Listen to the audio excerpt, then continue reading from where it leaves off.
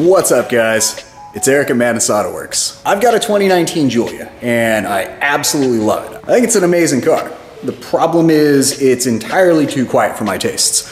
So today, we're gonna put an exhaust on it.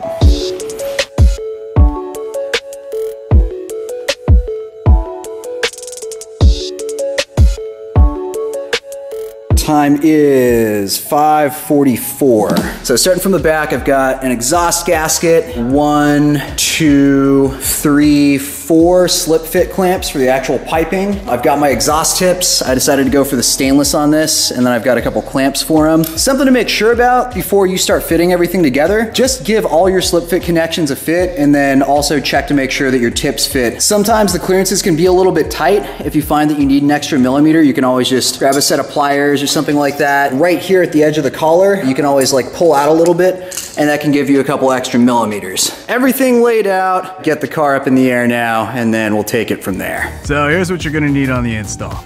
Half drive, some extensions, a deep socket 13 and a deep socket 15, normal 13 millimeter socket, some Torx bits, T25 and T30. No T30, you can use a T27. A 3 millimeter Allen. A couple flatheads, one small, one big, a pry bar, and then some lube, maybe some bungee cords, maybe a buddy. And as always, a 10 millimeter socket. Okay, so 1, 2, 3, 10 mil nuts, and then 1, 2, 3, 4, 5, 6, T25, and then 1, 2, 3, 4, T30s. Splash shield comes off. We have the muffler exposed. You can see how the tips connect to that rear apron, so we're gonna have to go back there.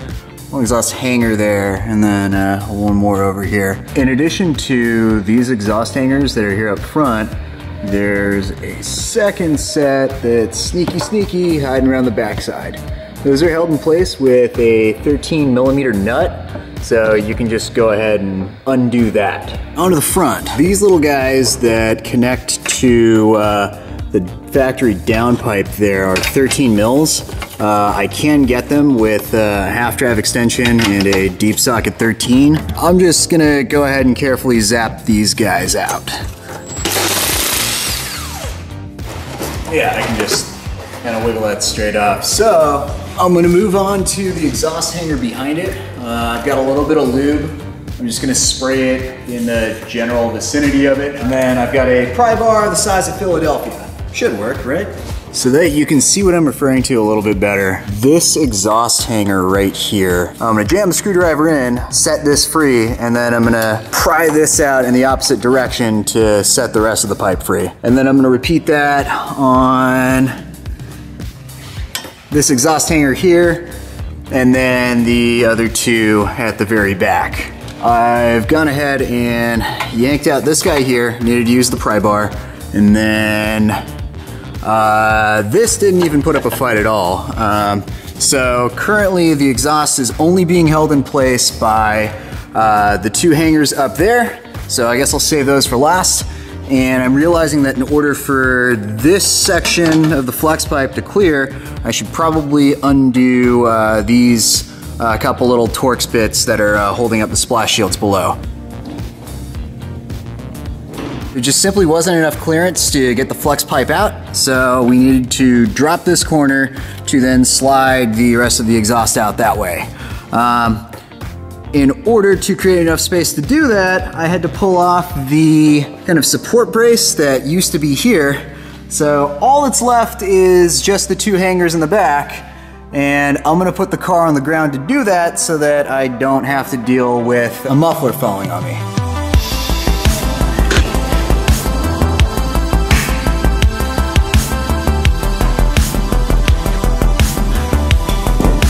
After hurling expletives at this thing for a while because I couldn't possibly get the rear exhaust hangers off, I realized that if I pull the exhaust a certain way, it tends to relieve some tension on one of those clamps. So I went ahead and took the flange that goes to the downpipe and bungeed it over to the control arm so that the whole system is kind of kinked over about 2 feet right from center. And that's created just enough space for me to jimmy this thing off. We're gonna take out the tips next. Looks like it's a single T25, a second T25, one of these, I don't know what that is, that's maybe like a 3 mil Allen.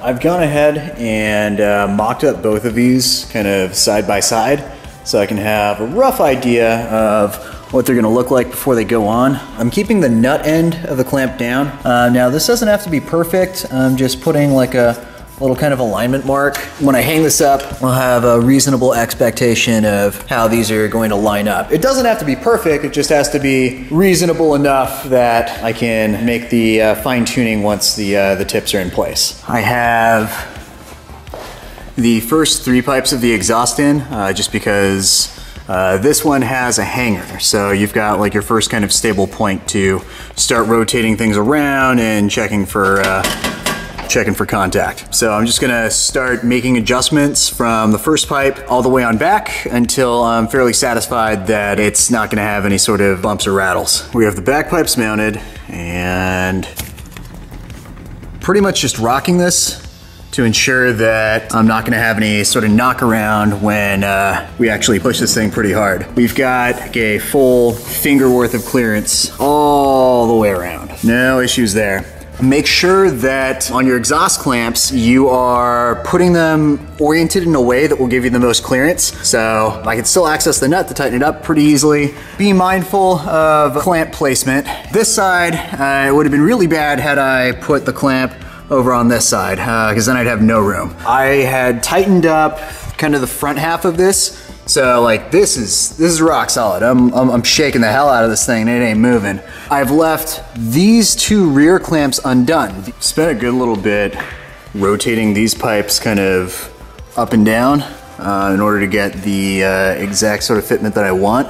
And we're pretty close on both sides. At this point now, it's probably as good as it's gonna get for the time being. Don't be like me and like obsess over every single millimeter of clearance, because realistically, it's probably going to change somewhat. Once it's changed, you can always go back in and retighten everything up. The next thing from here is gonna be to put the splash shields back on. We're gonna put back on this little support brace that was right here, and then we're gonna go ahead and tuck this back up and drop the car. Fingers crossed. Let's give it a test fire.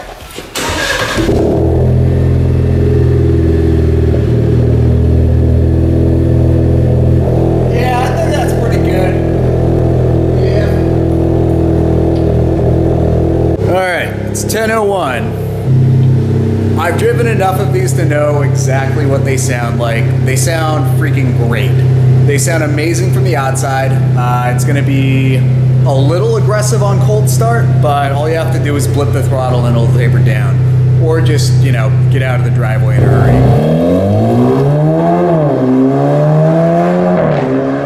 Once you actually get up to operating temperature, it's the kind of sound that makes you wonder if the car came that way from the factory.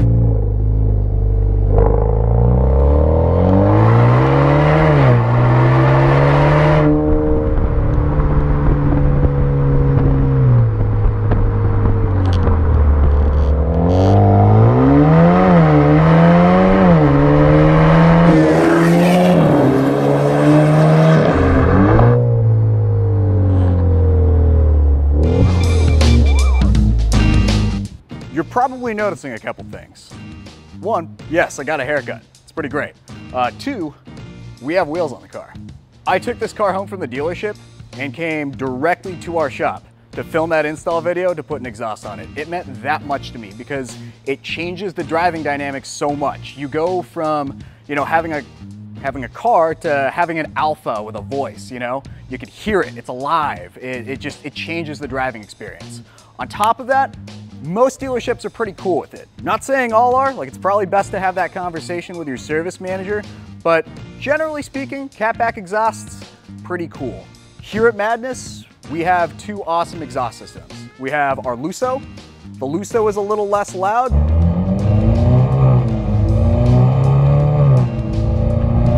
And we have our Monza. The Monza is loud and proud.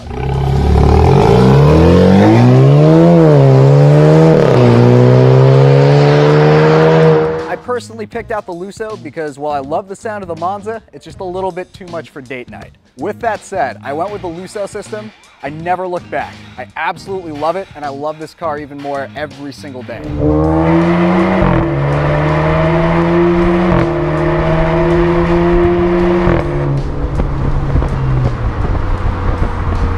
Guys, thank you so much for watching this video.